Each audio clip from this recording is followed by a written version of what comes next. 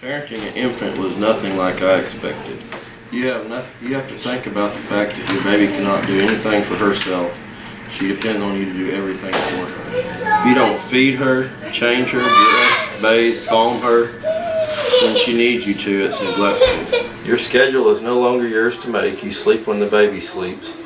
You wake up and comfort her when she cries. You can't just get up and leave the house with no warning. Any kind of outing takes considerable planning, and you can no longer be last minute. You love your baby in a way you never knew possible. You watch your child grow up, learn new things, and bond with her loved ones. As a parent, your job is to love and support your child. I now know what it is meant by unconditional love.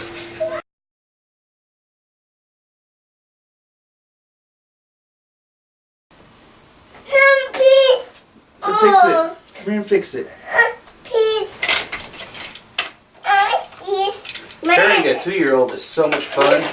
I love playing with my son. With an infant, it seems that the mother has more responsibility with the actual care of the infant.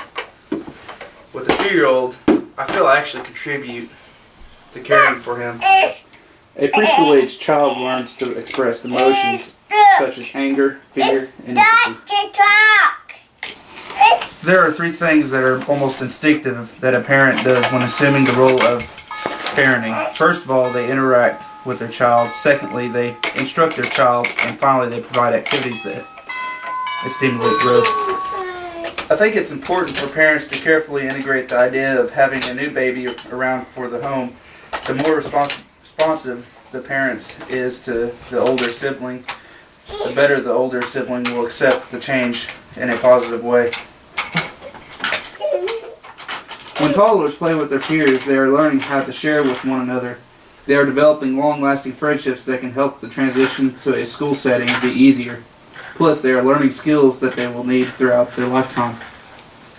The role of the parent during the preschool years is to be sensitive to the child's needs as well as responsive.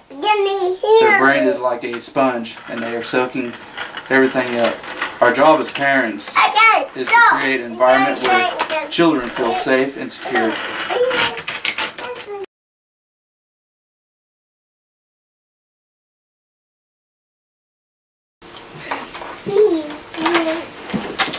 When a child is in elementary school, they develop cognitive skills such as how to reason and how to function on a higher level of independence. Their learning environment is now in an organized school setting. By the time a child is in elementary school, the amount of parent-child interactions has decreased significantly. Not only do parents see their child less often, but the amount of physical affection given to them when they are together decreases. In contrast, children begin to spend an increased amount of time with their siblings and peers. Parents tend to give less supervision to their children at this age. A child's success in school is very closely related to the parent's involvement and encouragement with the child and the school. Students in elementary school begin to experience feelings they never knew existed. For example, a student who is shy and not popular may fear rejection from others when and if he does try to make friends. As a parent, one must be available for the child at home and at school. The child is experiencing many new things with transition into a school setting, and having a parent there to help them cope is what they need.